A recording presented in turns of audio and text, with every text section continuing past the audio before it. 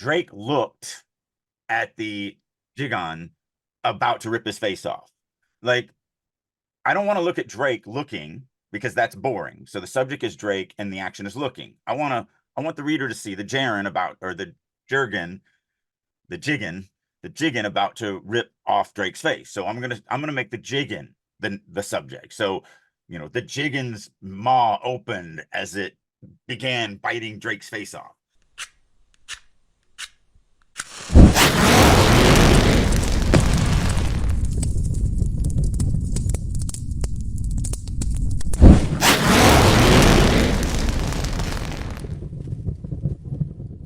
Welcome to Releasing Your Inner Dragon, the podcast that intersects imagination and narrative.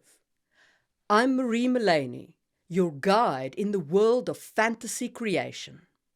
Join us as we explore the magic of narrative. And I'm Maxwell Alexander Drake, and we're here to guide you through the craft of storytelling, bringing you insights and techniques from the vast and varied world of creative writing, and unlock the secrets of the writer's craft. All right, so jumping into this, we have somebody who sent us something for for editing, and let's just start editing it. So go ahead and share the screen, and if you want to read, we're going to read about 500 words, I think, and then we'll get into some details.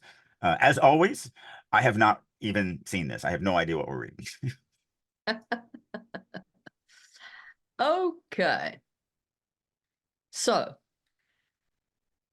this is the first chapter, and I'm going to read the first page of this novel.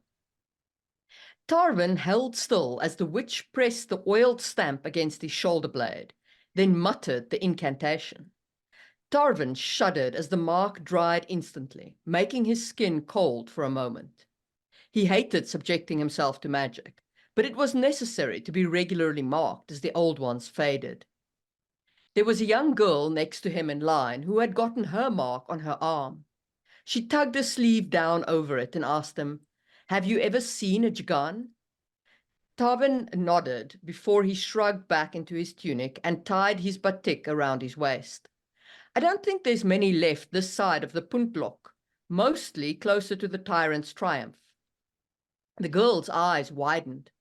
"Are they as big and scary as Mommy says?" "I'd reckon," Tarvin said. "They can kill a person with one swipe of their paw, and even the ones who can talk growl like angry dogs." The girl whimpered and turned around to cling to the man's pant leg.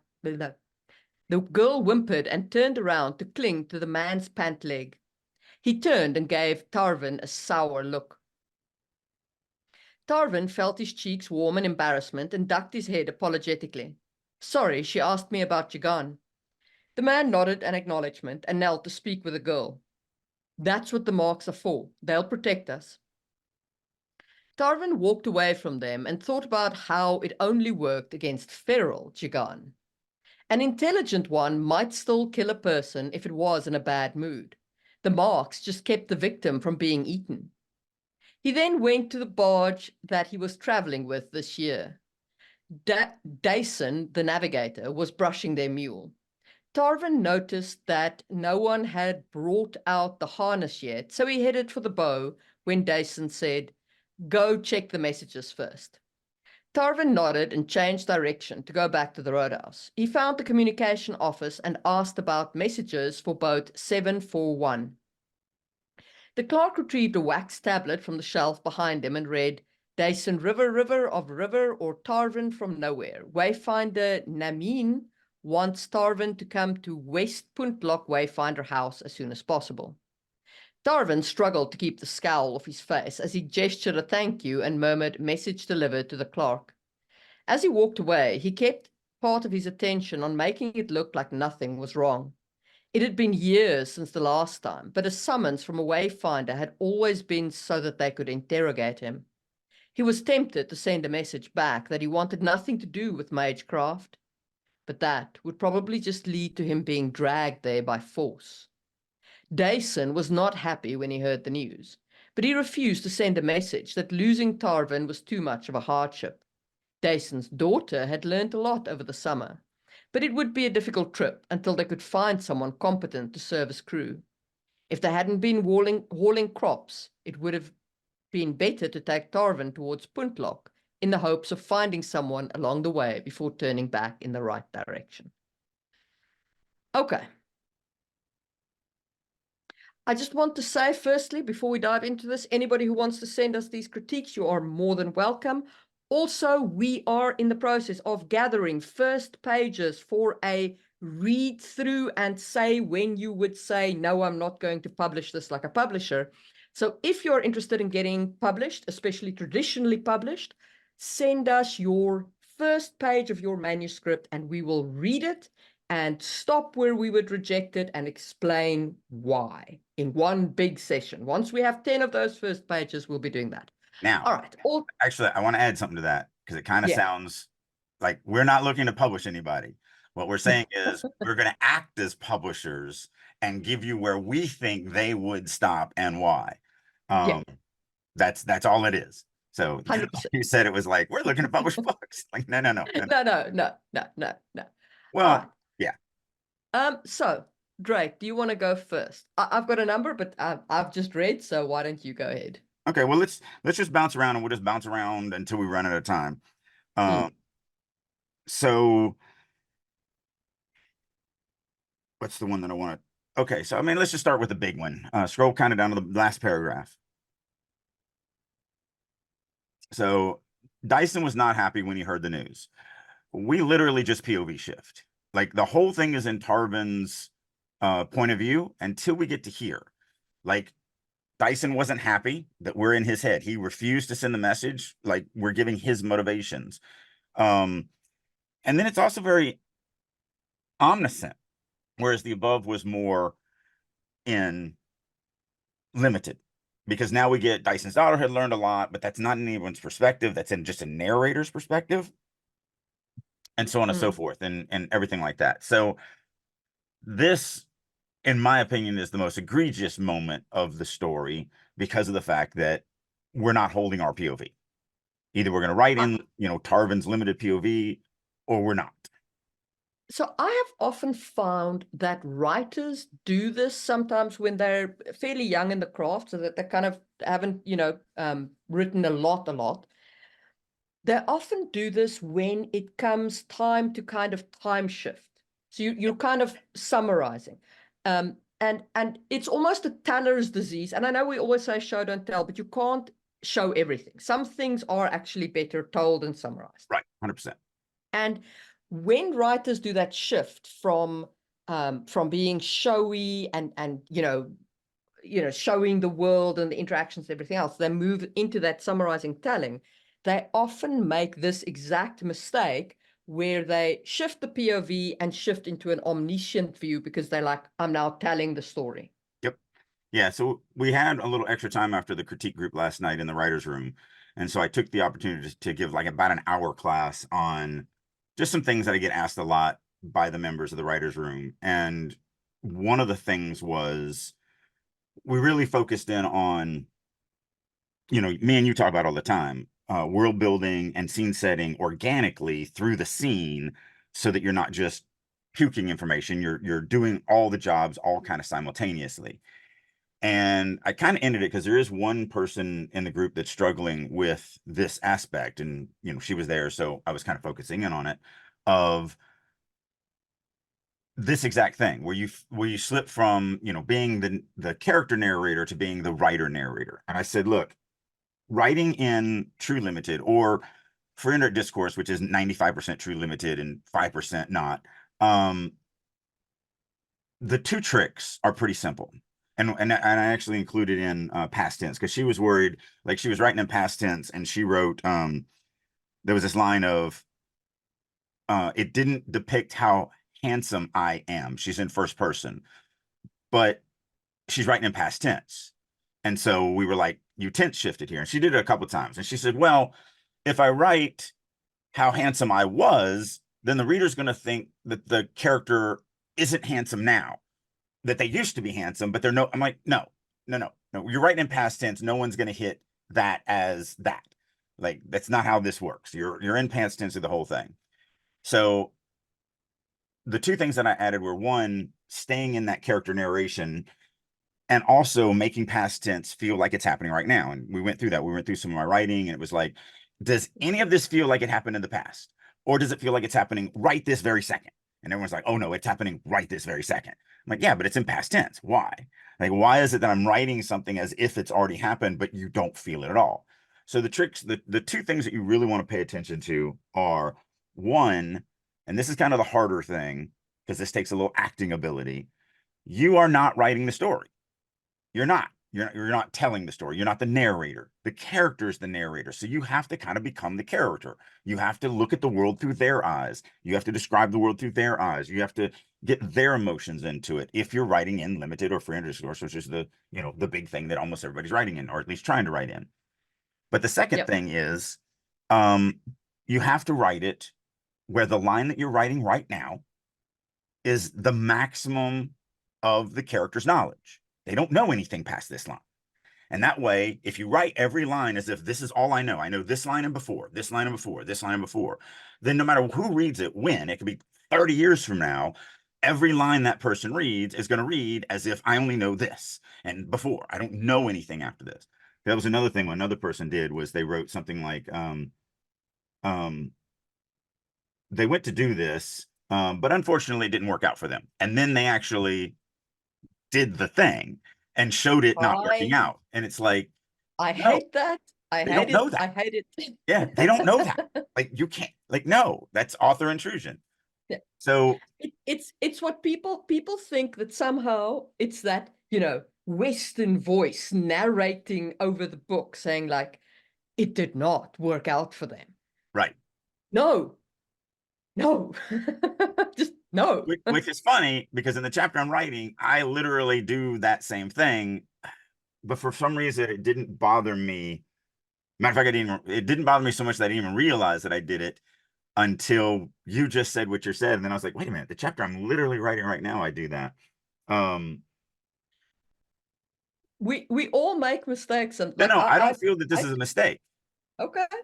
So it's after a scene break. So we set up the scene that they're going to go into town. We Yeah. said in that scene, in the first scene, he's never been into town. He's been in this town for 2 years and locked in a school. He's never stepped outside the school grounds in 2 years.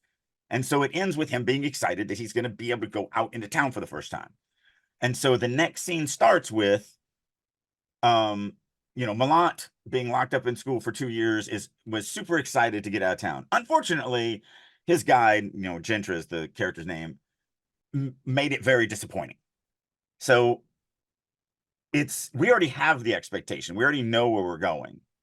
And so, you know, it just didn't bother me until, like I said, right now when I thought about it, that is actually how I started that scene. And I will probably leave it. Because it isn't egregious to me. I would have to see it, but I do not like that kind of Yeah. author No, I intrusion. agree. That's what I said. Until we discussed this, I didn't even realize that I had it in there. Yeah. And so now I'll have to look at it with fresh eyes. It may end up getting changed. Um, I'll tell you what I found egregious here is there is a lot of overwriting. I've got some other minor niggles, but the overwriting is the first one I want to talk about. okay. So here, where if they hadn't been hauling crops, overwriting. We're not going to be, if I'm reading this right, if I'm reading this paragraph right, we're not going to be following Dawson or Dawson's daughter or how much she's learned or anything like this. The plot hook that we've been hit with, and it's good, we got a plot hook on the first page, it's great, yeah? But the plot hook we've been hit with is that Tarvin needs to go see Wayfinder Namime, which I would recommend changing that name because I can't figure out how to pronounce it. But anyway, Namimi? maybe. Finder Namimi? That's how I'd read it. Namimi. Namimi. Okay, so it has to go see Namimi. And and all of this is extraneous details the writer doesn't need. We're not going to be following these guys. They're going to be going off in that direction. We are going to West Puntlock. All of these details of what would have been better, irrelevant. Override. Yeah, see, just to go back to Namimi, it's the other word I can't read. Like that just breaks my dyslexic brain. There's too many Block. consonants in it. Yeah, that one doesn't bother me as much, but I have languages that have more Right. consonants. Like you speak languages that have no vowels. Like, And there was another one overwriting, which I noticed when I was going through it. so for me, Um, I'll add one to your thing while you're looking for that. yeah, Um, for me, the overriding was I'm gonna leave the tattoo parlor. I'm gonna go back to the ship for literally a millisecond, and then I'm gonna go back, and the ship's gonna be like, no, no, no, no, no, go do this other thing first. Like that was a yes, waste of time for me. I could just, and this would actually fix your issue. Like if Carvin leaves the shop and goes, oh, before I head back to work, I've got to go do this thing, and then he goes does this thing and gets this, the thing that he's being called to Wayfinder Namimi, and he's like, well, crap, my boss is gonna be pissed, but nothing I can do about it. Like yes, then that kind of solves all that problem because now we've well again, I always go back to stop looking at what you wrote and ask yourself, what are you trying to accomplish? And to me, and again, I didn't write this, so I don't know. yeah, We're guessing. We are not the writers of this. We could absolutely be wrong. yeah, But to me, I'm trying to show this guy has a normal life that's being interrupted and he's being yeah, taken out of his normal life into something else. Well, then I don't need to go back to the ship. I don't need to talk about, I don't need to know about the daughter and her career path lessons and all of this other stuff. I can literally just, when I get called to, when I go to the messenger place or whatever it is and have this thing happen, I can be like, well, crap, my life was supposed to be X, but now it's going to be Y. And if I really, let's say you're incorrect that Dyson and the daughter are important to the story because we don't know, we haven't read it, yeah, then that would organically be a great scene for I leave the clerk knowing that I have to go see this magecraft. I then go to my boss and I have a scene mm, where, we introduce those characters and we show that, look, I'm sorry. Like mm, here's what I got. I gotta go. yeah, We have to have a reason for the scene. And since I don't know the story, there's no way I'm gonna come up with that on the fly. But then it's more organic and we're flowing through it and it feels like more of a slice of life, more real. This happened, then this happened, which caused this to happen, and now we have to deal with this, and we have to close this conflict to go over to here to deal with this. um so yeah. yeah. So I think those were like that sections, those pieces were my most kind of the thing that I noticed the most, besides the POV shift, because I was like, I don't need this right now. And as somebody who is very careful, very parsimonious with their world building, um, that's the kind of that kind of thing that stands out to me. It's like giving information that is not required at the moment and that doesn't seem to serve any particular purpose. Focus on the information the reader requires for the story. Right. Now I do want to say one of the things that I'm teaching that I've changed thanks to you in our discussions.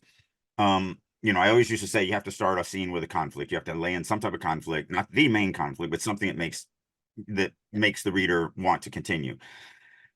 A lot of people are confused by that term, and I've never really liked this. Conflict does bring a lot of baggage with it just from the definition of the word. So the way I'm doing it now is you want to make sure that somewhere in the first paragraph, 2, 3 at the most, you have dropped a question that needs to be answered. And I will say that this writer has done a fabulous job of that. I love where this story starts. It hooks me right from the beginning. I'm right in the moment of I have no idea what this tattoo is. I do learn like that it's for these things called jingans, which I have no idea what they are, but they eat us if we don't have this. And some are intelligent and some are not. And it's like, oh, this is all very, very interesting. And Yes. obviously now this better not be a Chekhov's gun. There better be, actual Jingan in this story and actually Yeah. impact this story. Because if not, I'm going to be very, very angry. But I would assume that that's not going to happen. Um, Yeah, I will absolutely say that the upfront conflict of getting a tattoo that he doesn't want to get because of these Jingen, that was fantastic. The introduction of Jingen was fantastic. The feral Very Jingen, organic. that was, all of this was great and organic. It's here Yeah, that the that's where in it the starts to second lose. half of the page where it gets weak. And just to add into this, because not only is that moment of Dyson, the navigator, was brushing their mule. Yeah, Um, not only is that like, why did we come here to have him just send us somewhere else? So it gets his herky jerkiness. And, you know, a lot of writers might go, well, that's very realistic. You know, we do that all the time. Yes, it is, but we're writing a story and it needs to be streamlined. We need to yeah, still flow through. We don't want to herky jerk our readers because there needs to be reasons. Like he has to go back there. Let's say he's going to go back to the ship and then still be told you got to go get the messages. Great. Then there's got to be a reason why I'm at the ship. There's got to be something interesting that makes me have value and have gone back to the ship before I go to the message. But since it's not, then just go to the message. yeah. You know, You whatever. know, There's a million ways to go. the realism thing, like it is realistic that it takes years, sometimes decades, to build up to political events. Mhm. But you don't write like that. You shorten the time Yeah, because your readers are going to lose the attention span. They're not looking to read a history book of the tiny incremental mistakes that gradually lead up to revolution. You know, yeah. sorry, revolution's on my mind because I've been writing that chapter in another book. So, Okay. yeah. I was about to say, I thought you were going to say revolution on my mind because we're getting ready to revolt in Finland and we're going to overthrow Oh, the government. Like, wow, I didn't hear anything about that. no, no, we've just had our first round of presidential elections. We're fine. No, but the reason why I want to bring this up is the transition from the paragraph before. Like Yeah. that is a very harsh. We go from um talking to a little girl Mhm. to this Dyson just appears out of nowhere. And so there's if we're going to do something like that, it's fine, but you have to scene break.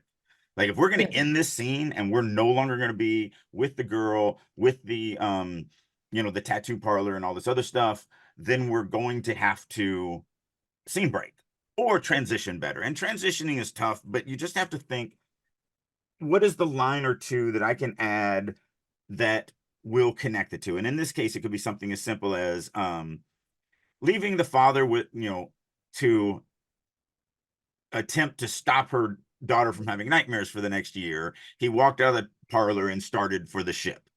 Something Yeah. as simple as that. And then the next paragraph can be, he found Dyson, the navigator, brushing their like, and again, that's the other thing is starting with Dyson, the navigator, was brushing their mule, is why it feels like a POV shift, as opposed to he found Dyson, the navigator. But now we're still in that same character. We're still in Harvin's POV. See, I would probably not say he found Oh, because no, I wouldn't write it that way at yeah. all. I'm just saying, I'm showing you how to keep it in, Yeah, using what's written, how to keep it in the same POV. yeah. I have from you, I have learned a horror of filtering to the point Right, where right. I will go a mile out of my way to avoid filtering. Yeah, yeah, no, I Um, agree with that. I'm just yeah, pointing out that we're not holding our POV and it feels like yeah. we're shifting into someone else's head because of the way it's written. And it's There's pretty simple. another there's another abrupt appearance over here where the girl whimpers and Yep. turns to cling to a man's pant leg. And I was like, when I read that, I was like, where'd this dude come from? Did he teleport into the shop? Like, what's going on? And speaking of the shop, it would be nice to know what the environment is like that he's getting the tattoo. Yeah, Like, what does the shop look like? It feels a little bit like a white room at the moment. I mean, 100%. I'm assuming it's a room. It could be, we have these during winter, we have these like little mobile caravans where you can go get your flu shot. That you just like walk up to like a little window and they jab you in the arm and you walk on. It could be one of those, you know. Like, But that's interesting, and I'd want to see that. yeah. Yeah. I don't know why we got distracted, but that's what I was going to say because I never just do compliments. When I was going to the compliment, that's actually what I was going to say is even though this is all really good and I love the hook, I don't see where I'm at. I don't feel grounded. And as I always say, there's two things you have to do, or literally there's three things you have to do at the beginning of every scene. You have to make sure the reader knows whose head they're in. They need to be very, very, very grounded into the narrating character. They also need to know where they're at and what's around them. They need to be very, very grounded in the location. And so this is a great example of what I always talk about, the head book versus the paper book. I guarantee you, in the writer's head book, he sees this shop, he sees this parlor, he sees the old woman, he sees the man standing there with the daughter, he sees all this stuff in his head book. But you can't, like, none of the head book gets to go with the paper book. So we don't Yeah. get to see any of that because it's in your Yeah. head book and not on the paper book. So that was the thing that it needs to happen, is we still need to ground in the location. And then and actually the funny thing is twice, because you stumbled over it and then reread it twice, you read that is clinging to the man's pant leg, which is even more egregious. A man's pant leg is, Yeah. acceptable. But the only way we could do the man's pant leg is if we had described, like up at the top, instead of just well, there's a lot of wases too, which we can get into, but instead of going, there was a young girl next to him in line who had gotten her mark on her arm. We could actually, so first of all, I talked about this a lot last night in how to organically scene set. It's about either having the environment interact with the POV narrator or having the narrator interact with the scene. So instead of just saying there was a girl next to him, you could write something like, um, as he pulled down his sleeve, he looked over and winked at the young girl standing next to him. See, now you're interacting. And then there is where I'd introduce her father. Her father frowned, putting a protective arm on her daughter's shoulders, Yeah. and then, I might even have Tarver's, because I love inner monologues. That'd be an opportunity for me to go, dude, really? I'm not hitting on your daughter, or whatever, just to bring in some personality or whatever it is. So organically threading in this stuff is more about, and yes, my beard has grown. Um, it's more about just thinking of it that way. Either have the narrator interact with the world around them, or have the world around them interact with the narrating character. And then you avoid stuff like there was a girl standing next to him. Um, you know, she clung to a man, because that's the environment interacting with the environment. And Yeah. that's not the same thing. Not that you can't do that every once in a while. And that's the other thing I said last night. We went through some of my writing and I was like, notice right here, I info dumped on this one line. Right here, this line is telly, but it's the most advantageous way to get this information to the reader. Now, why is it that I can go through this and point out, every half a page, I can point out something that I'm doing that I tell you guys not to do? It's because the rest of the half a page is all, organic. And so when you have those one or two things that pop up, like you said earlier in this, sometimes you have to tell. But when you're telling so rarely, no one notices it. They just consume the information, and everything else is so immersive and so dynamic that it doesn't even register that you've kind of told something or info dumped a little bit or done a little bit of world building or something like that, because you're just doing it so organically everywhere else that it just all mixes together into this beautiful showy piece. Even though technically, if you get a microscope out, you can start, taking apart some lines. Yeah. Like in theory, there are people who would say this little line here is an info dump where he says, Tavern walked away, and I'm going to get to that filtering, and thought about how this only worked against feral Jigan. An intelligent one might still kill a person if it was in a bad mood. The marks just kept the victim from being eaten. Yep. There are people who would say that this is a tell, it's an It info is dump, and so on, and it is, but it is small one line, and it is relevant. 100%. it gives context that we've already seen. So we know that there are Jinkans, we know that they have magical tattoos that do something to ward them off, and we get a little bit more context and details here. That is great. It cements the world building in the reader's head. And if it's I have no surrounded, problem with that. and if it's surrounded by everything else being immersive, showy, interacting with the environment, or the environment interacting with them, no one even bats an eye at that one thing. They just consume it. It's awesome, and they keep being immersed in everything. So yeah, 100%. Then, I mean, just on a, Well, you we want to do need read to your talk about this example? filtering. You want to read your example that you wrote for the podcast listeners? Sure. So the example that we wrote for the young girl is, instead of so the paragraph would then go, Tarvin held still as the witch pressed the oiled stamp against his shoulder blade, then muttered the incantation. Tarvin shuddered as the mark dried instantly, making his skin cold for a moment. He hated subjecting himself to magic, but it was necessary to be regularly marked as the old ones faded.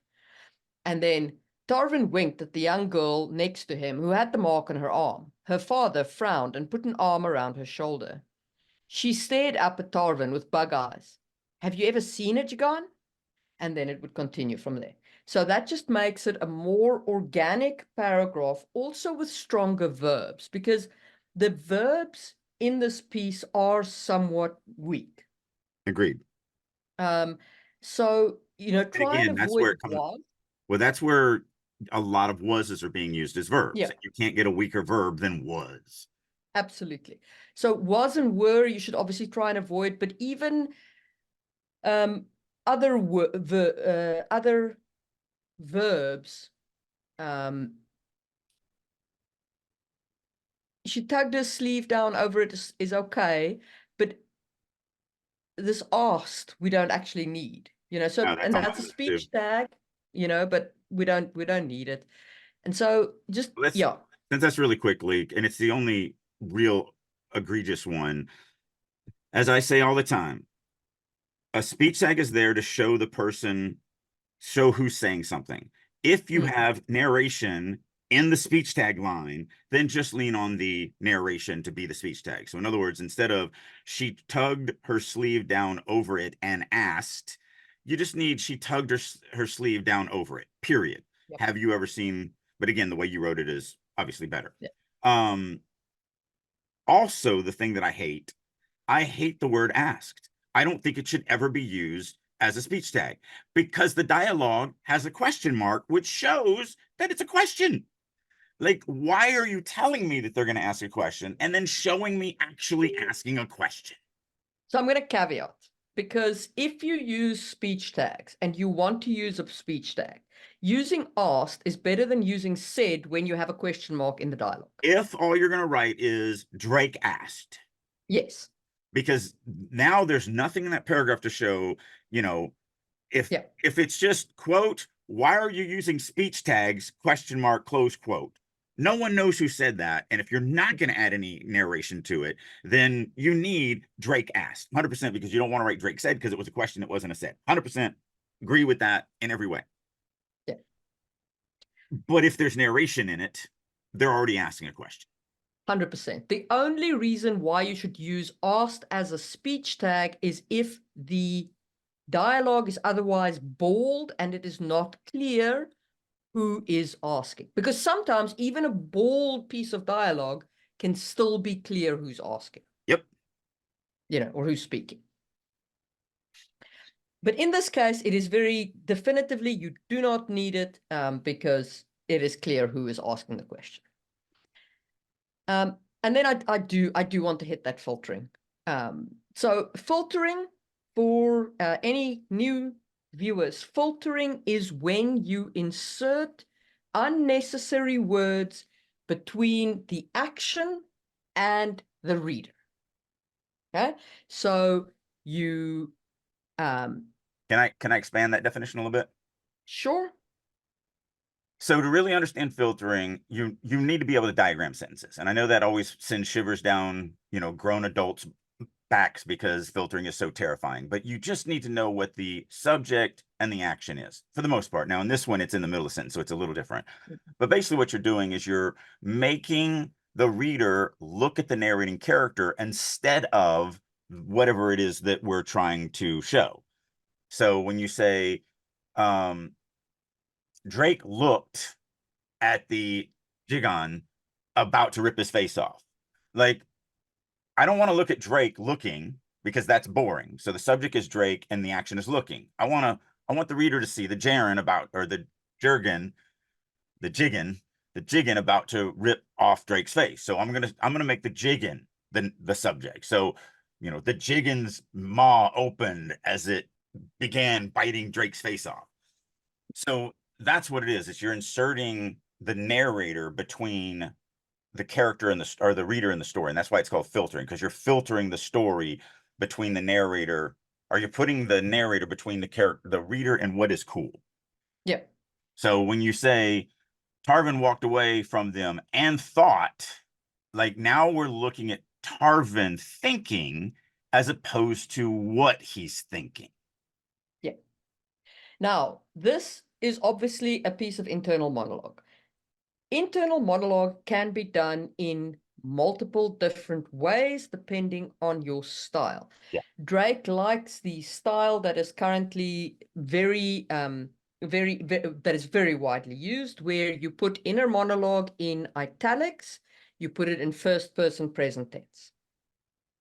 Oh, because it's dialogue. All dialogue in third person is going to be first person present tense. Yeah. But I have a slightly different approach to internal monologue, and it's also a fine way of doing it. It is more orientated towards the free and indirect discourse way of doing internal monologue, where you just write it in third person past tense as you would any narration, but you write it in the voice of the character. So in this case, in my style, I would do something like, Tarvin walked away shaking his head. It would only work that the marks only worked against feral Jigan. An intelligent one might still kill a person if it was in a bad mood. Yep. The marks would just keep the victim from being eaten. Yeah. And there's no filtering there. There's no need to identify to the reader, because the reader knows they are in Tarvin's head. Right. Every word of narration in Tarvin's chapter is coming through Tarvin's head. And just to show you the other way, I might, and I wouldn't write it this way because I hate writing out my mouth, but let's just, because I'm using the words that are here, but it might be something like, Tarvin walked away laughing to himself. And then I would go in italicize, the mark only works against feral Jiggin. An intelligent one might still kill a person if it was in a bad mood. Now, that's too long for me. I do keep my inner monologue shorter than that, because people don't usually think in complete sentences. They think more in ideas. And so I do truncate my inner monologue, but I'm just using the words that are here. And so I'm not saying that would be how I would do it. I'm just saying that's an example of how we could turn this into inner monologue. But again, as Marie said, some people use inner monologue. Some people use it a lot, like me, although I don't know of anybody who uses as much as me, because I really do love inner monologue. And some people hate it. They hate it with a passion. They will never put it in anything. They don't like reading it. They don't like anything. Yeah. So it depends. Like, I don't have any moral objection to inner monologue. I use it in Skies of Destiny, the book series we write together. But in Sangwheel, I didn't use it. And, once you've started a series not using it, then you should stick to not using it. So Sangwheel is written in that style, where I don't use inner monologue explicitly like that. I keep my inner monologue in the third person. Right. Yeah. And that's actually an interesting rabbit to chase. Has nothing to do with anything we're talking about here, but it only take a second. Me and Marie are co-writing a book series together. And the biggest thing that I think destroys relationships like that is lack of communication. So that's a great example of, before we started writing, we went, hey, so how are we going to handle this whole inner monologue thing? Because you do it one way, I do it another way. Let's discuss it and come up with something we both agree on. So, that's neither here nor there. Like I said, it has nothing to do with here. But if you are working with other writers, communication is key. It's all about sitting down and discussing the things that you're different on, um, discussing what your strengths and weaknesses are, and making sure everybody leans into their strengths and the other person overcomes their weaknesses. But it still comes down Absolutely. to communication. Anyway, just a little rabbit chase Yeah. there. It's a very important rabbit chase. Um, buy our book, by the way, Magic Fall, links below. Anyway, so the other filtering in here is Tarvin Noticed, which is um, a different kind of filtering. So now instead of thought, we've got the visual filtering. This is the traditional one that I was talking about. Tarvin is the subject and noticed is the action. Yeah. So, like, why am This I is very looking at easy. Tarvis noticing something? Where is that? It's right here. Tarvin Okay, noticed that yeah. no one had brought out the harness yet. It's very easy. You just say, no one had brought out the harness yet, so Tarvin headed for the bow. Yep. Um, just cut the filtering. It's not even, you don't have to do anything special. A lot of Just times. a lot of times. Not always. Sometimes you do have to like think about it a little bit, like especially when it's mental filtering like it was over there. Mhm. But when it's physical filtering, like he saw or he heard or he smelled, just cut the Yep. filtering. Yep. Yeah. Yeah, 'cause why? So, like, as I always say, why am I looking at Tarvin noticing something? Why don't you just let me notice it? Because that's the cool part. The cool part is, I mean, not that this is an amazingly cool aspect. I mean, Mm. I don't know what not bringing out the harnesses even mean. But still, I'd rather look at the harnesses not being brought out than Tarvis noticing the harnesses not being brought out. Exactly. Exactly. And then, man, there is a like I know that there are humans out there who swear by minimalist writing. I get it. I get that there are people who love minimalist scenes and descriptions and who are all like, no, I want to imagine. Give me the bare minimum. Mhm. But this feels very White Room.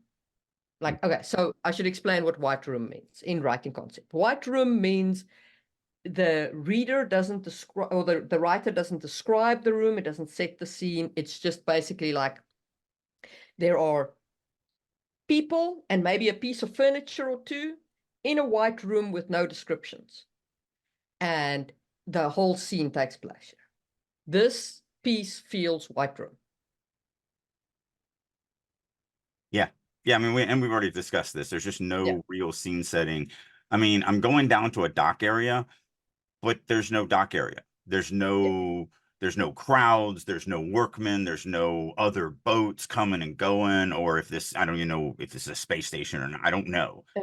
Um, Uh, I've been to a fair few harbors in my life, living as I do on a seaside town and being a scuba diver. There is no smell to this place, and you yeah, can smell a yeah, harbor. You can smell a dock. yeah. And it's not good. No, it's not fun.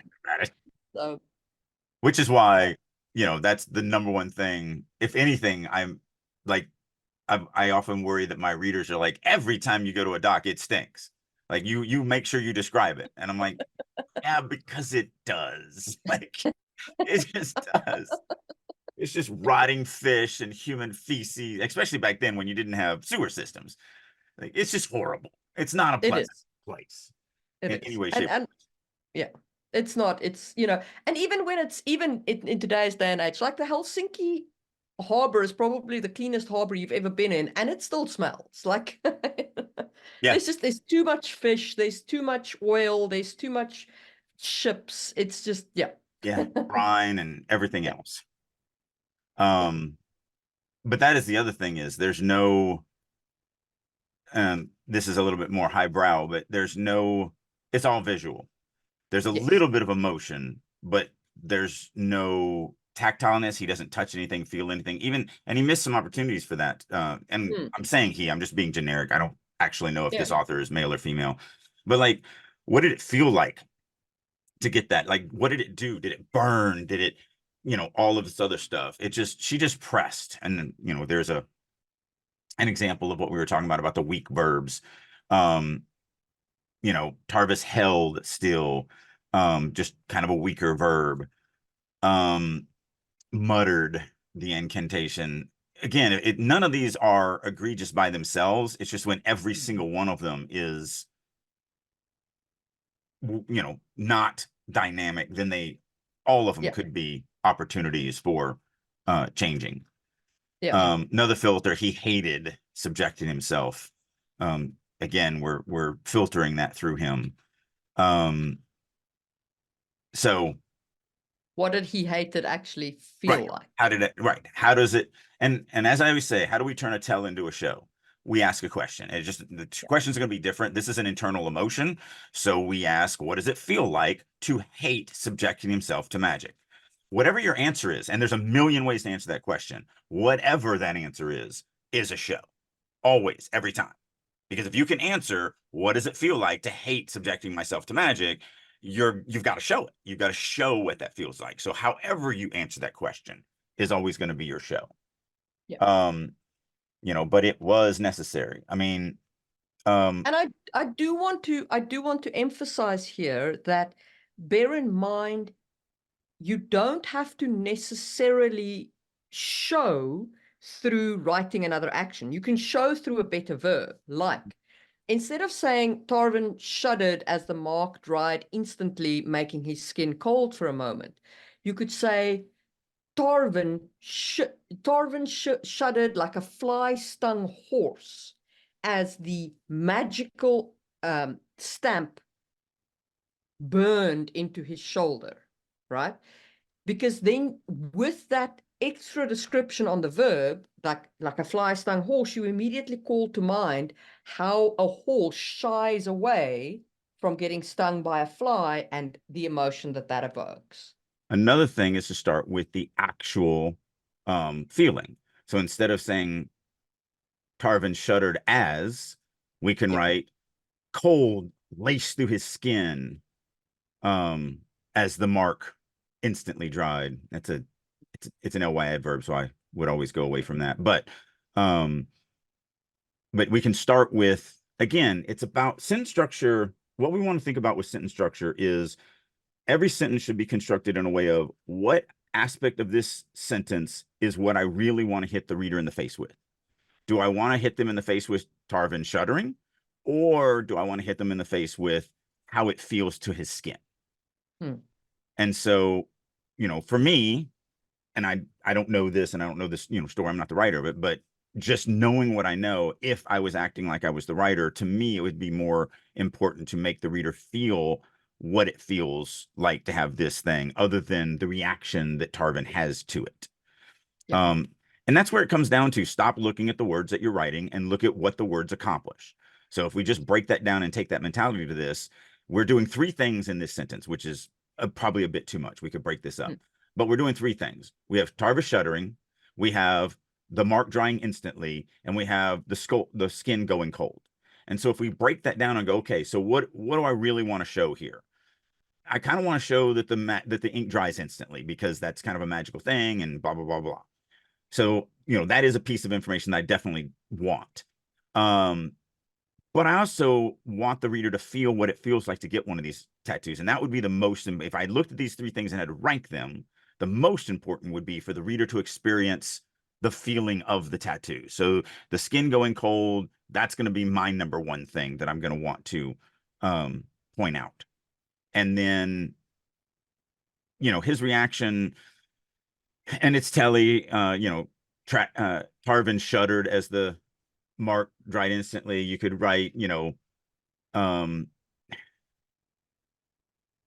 the weird tingling that he gets, or I hate writing out of my mouth. You could write something about how or you could write something about the fact that the magic drying instantly is creepy. Yeah. And so you could write something about like cold laced through his skin as cold laced actually through his shoulder as right. the skin puckered under the drying mark. Right. I was trying to break them up. That's why I was doing this differently. So the first thing, like I said, that's why I would do the skin cold, thing and the feeling of it just as a sentence by itself, because to me that's powerful. That's something I want the reader to experience.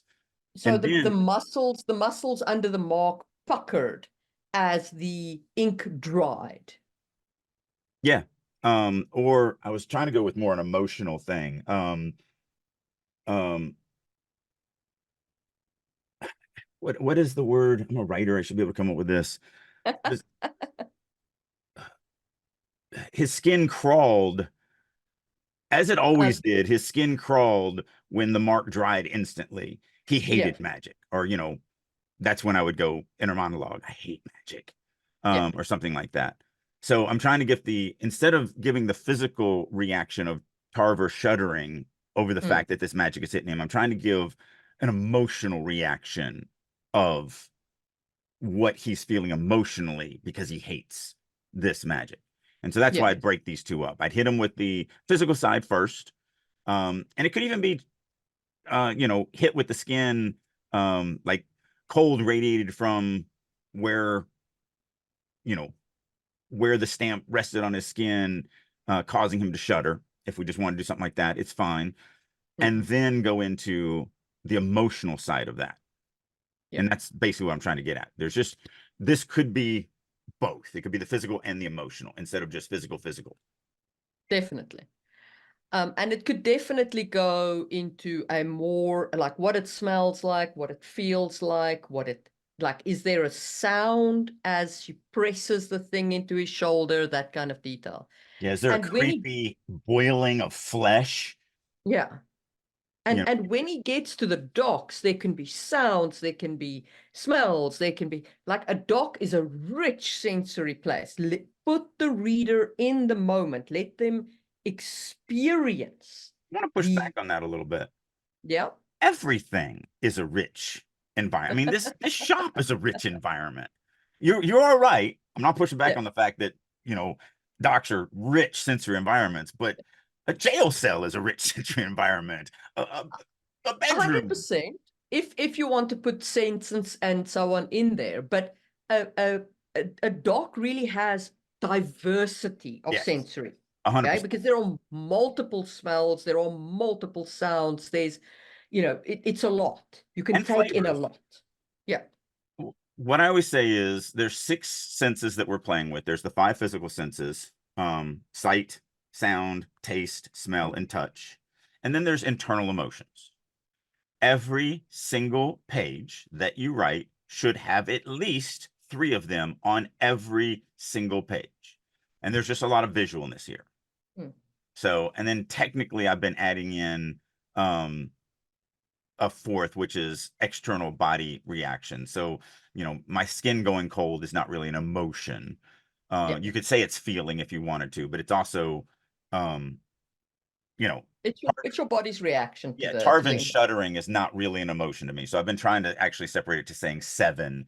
There's seven things that we're actually playing with. And in that case, I would say you need four on every page if you want to break that up.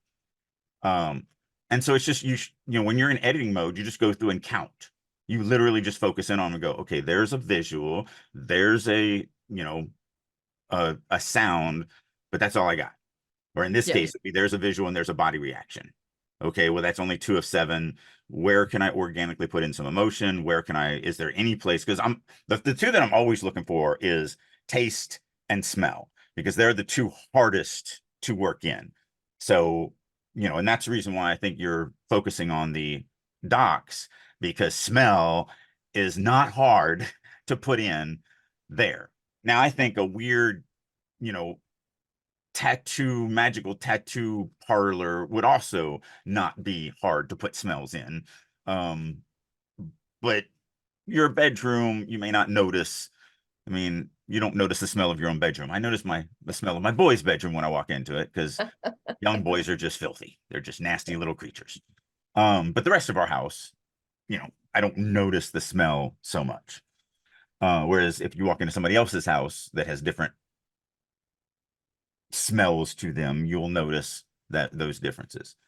So yeah, Yeah. smell and taste are the two hardest, and taste is definitely the hardest. Which is why, even though it's not really realistic, there's a lot of tasting of smells, you Yeah. know, like the harbor, like, you know, the So putrid tang of rotting fish coated his tongue. Like, I will say that if the smell is strong enough, oh yeah, I've certainly tasted it in my mouth because the mouth and the nose are connected. yep.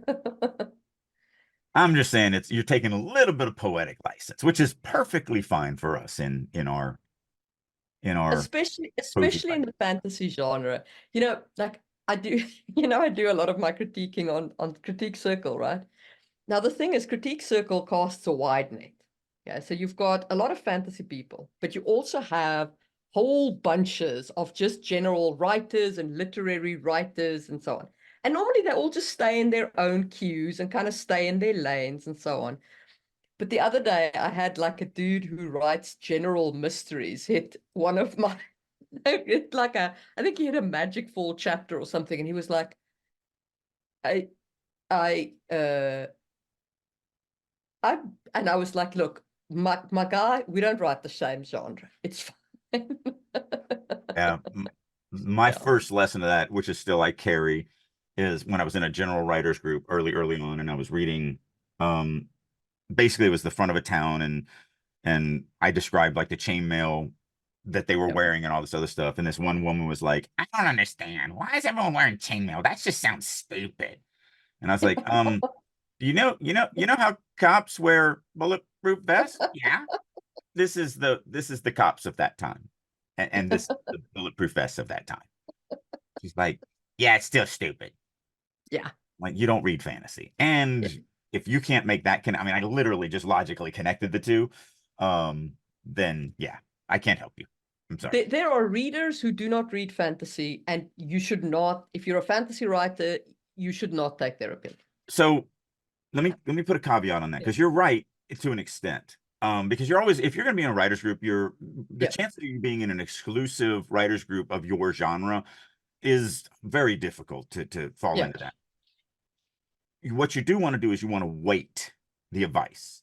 So if it's paragraph structure, sentence structure, you've author intruded, if it's grammatical issues, I don't care what genre you're writing in, those work across the board. It's when it gets specific to your genre, I will always, now I listen to them. So if somebody is a murder mystery writer and they give me a comment on the fantasy aspect, Yeah. maybe it is a valid thing. Maybe it is something that I'm like, okay, but I'm going to give them what, if they say X, but a fantasy guy says Y on the same topic, I'm going to go with Y, because I'm just going to give the Yeah. fantasy writer reader more weight to their suggestion as opposed to a murder mystery. So I think this guy, like the specific comment was about like the magic system or whatever, and he was like, I have no idea how any of this magic stuff works. And I was like, "Ugh." Well, first of all, he missed book one. Yeah.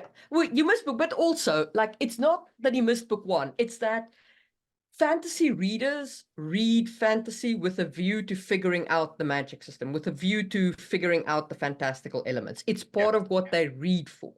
Yeah. If you are a general reader who's reading a fantasy book and magic happens, and you're not a fantasy reader, it's not your genre, it's not your jam, it's Yeah. like talking to you. It's like if I suddenly developed a taste in country music, heaven forfend, and I spoke to you about the exact riffs that are used by Dolly Parton in the song Jolene. It's literally the only country music song I can name.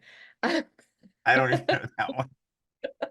So, that it would be like that. Like Yeah. you have no idea what I'm talking about Yeah. because it's not your thing. And that's another reason why, you know, I teach in the writers room, I teach a lot about um how to critique others and how to be critiqued Mm. by others, because I don't think anyone ever talks about that stuff Yeah. in these writers groups. And so I spend a lot of time, I've told people that, like, if you join the writers room, you can't even go to a critique group until you go through a certification class.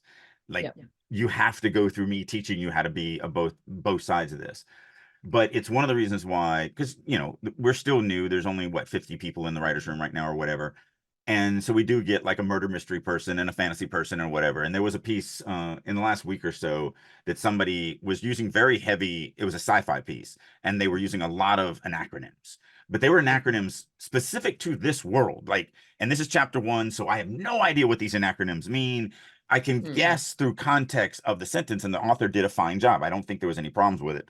But the murder mystery writer was like, yeah, you threw me completely out of this story. I don't understand any of this stuff. And this may, I'm like, okay, you're not a science fiction reader. This is actually pretty standard. Like, any sci-fi reader is going to go, I don't know exactly what the acronym means. Because like there was a disease. It said this guy coughed up like this orange green phlegm, and the other guy was like, oh, you've got, whatever, GQW. I don't know what they were. And the guy was like, what is that? Like, you got to tell me what that is. I need to know. Like, you need to tell. Like, no, you don't. No, you don't. We get from context that GQW is some weird alien disease from this planet that we're on, because we're on an alien planet, and it makes you cough up green, orange phlegm. Like, we get it. We don't need that. Yeah. Later, General we'll figure out what genre readers always want you to tell them exactly what the term means, exactly then. Yeah. I don't know why, but they do. Like, they hate having to wait and figure out from context what the term means. Whereas for fantasy readers love that. They're like, oh, I'll figure it out. Like, I file it away, I read on, I figure it out. Yep. And it's because I think it's as simple as the phone rang and Drake picked it up, versus Drake picked up the Silristar and put it to his forehead. Like, for the phone, it's just normal. It's everybody does that. Nobody needs the explanation of what that is. Whereas a Silristar, it's going to take a little time to understand what this is. But if I do it through context, and because if the character's using it, has always used it, and he's not going to think about, where the history of it and where it came from and what it does, and because he's used it a million times, he's just going to use it, just like we use a phone. We're not going to say, the phone rang. Phones are devices that are connected via cables and satellites that allow you to communicate with anyone on the planet. Like, no, we're not going to do that, because everybody knows what a phone is. But Silristar is the same in that world. Everyone knows what a Silristar is, but you don't. So I need to write it in a way that you'll get it from context what it is.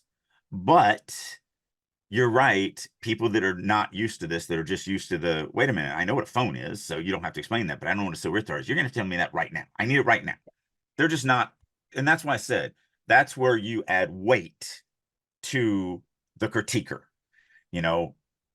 If you feel that you've done the job of, my readers, my fans, my circle are going to be able to infer what this is. You're not in my circle. You're great at telling me when I screw up on punctuation or grammar or showing or author entry, all that. I want your advice, so you never just say, screw you. You're just like, okay, and that's the other thing is, I try to tell critiquers. And to be completely fair to mystery readers, they are really good at telling you when you share too much plot. Yep. Because they are really good at those kinds of secrets. Yep. Yeah, no, they have their advantages. And that's why I think you shouldn't just get in your, circle of fantasy people, because then you're just in a bubble. But just be aware of like the elements of genre that do not work outside your genre. Yeah. And just to put a cap on that, don't argue. No one's going to know if you actually took their advice or not. Just go, okay, that's interesting. Thanks. Even in your mind, you're like, you're an idiot and I'm not taking that at all. There's no reason. Writers' rooms are not a place where you're trying to show that you're smarter than everybody. You're trying to just get feedback, and you're trying to give honest feedback. That's it. No one's in a competition. And so that's, again, another thing that I really push in the writers' room. Don't argue. Find something in the critique that you are willing to take on board and say, thanks for this. This was a really insightful comment, and move on with your life. Yeah. Like, that's it. You don't need to convince this person you're a great writer. They're not your audience. Yeah, exactly. So, we're basically out of time. Is there anything? I overall think that this piece had a really good hook. It had some really good world building.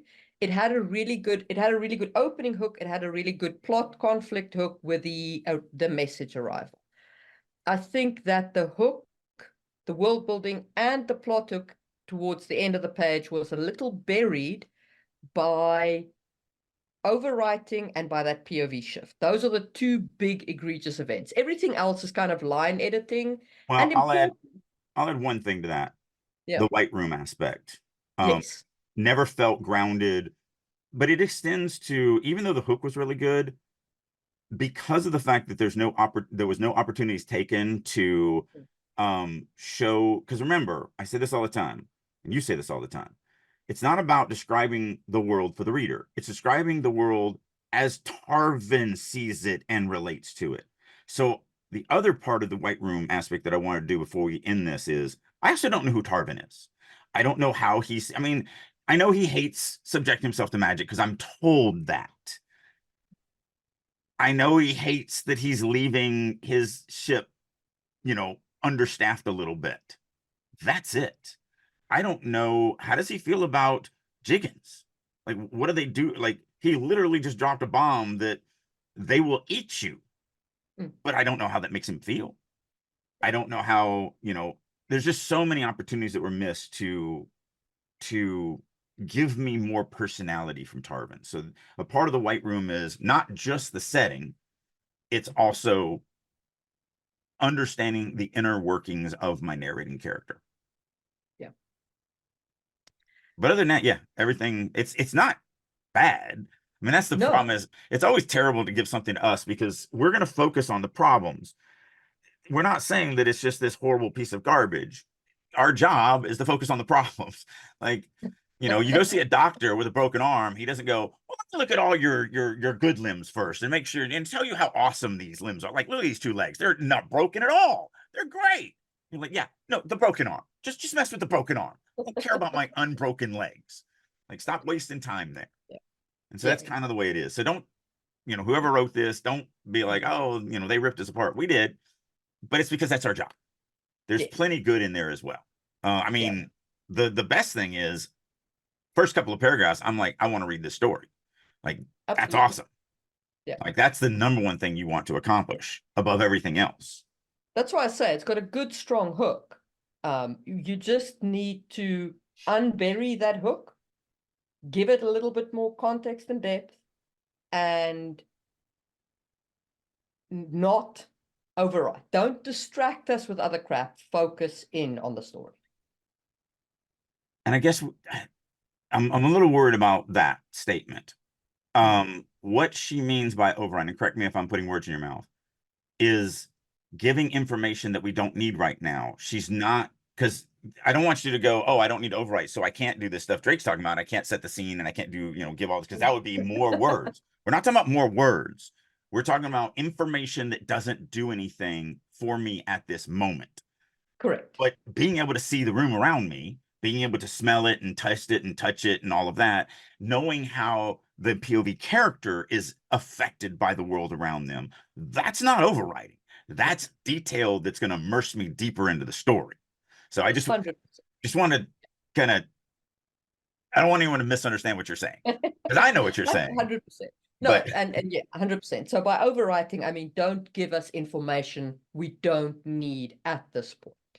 Focus on the story elements and the world elements we need to understand. Yep. And I think that is a good place to end this episode. If you want something edited, releasingyourinnerdragon@gmail.com. And don't forget about our first page. And don't forget about our first page crit. So same address, send those in, and we will see you soon for another one. Bye. Thank you for tuning in. This is Marie Mullaney, your co-host on this literary adventure. Our goal is to provide you with valuable insights and discussions on writing. If you believe in our mission, please like and subscribe our podcast. Sharing our episodes with your community not only helps us grow, but also contributes to a richer, more diverse conversation about storytelling. We appreciate your support. For a deeper understanding of the topics we've discussed, head over to Just in Time Worlds on YouTube. It is a treasure trove where fantasy meets history and science. Every Tuesday, you'll find new videos that delve into the intricacies of world building, drawing from our rich real-world history. Whether you're a writer, a role player, or just a fantasy enthusiast, Just in Time Worlds offers unique insights that will enrich your perspective. Check it out and join the journey of crafting incredible worlds. If you are ready to take your writing to the next level and work with a group of highly motivated, dedicated writers who are all working to not only improve their writing, but improve your writing, plus you get to work with me on a weekly basis, then I'll encourage you to check out writersroom.us.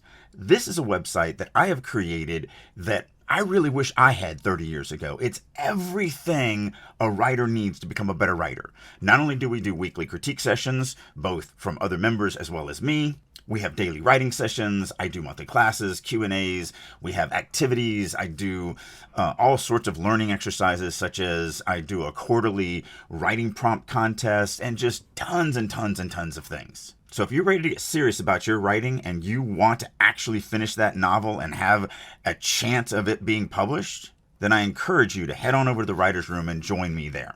And as a special promotion for listeners of Releasing Your Inner Dragon, I'll go one step more.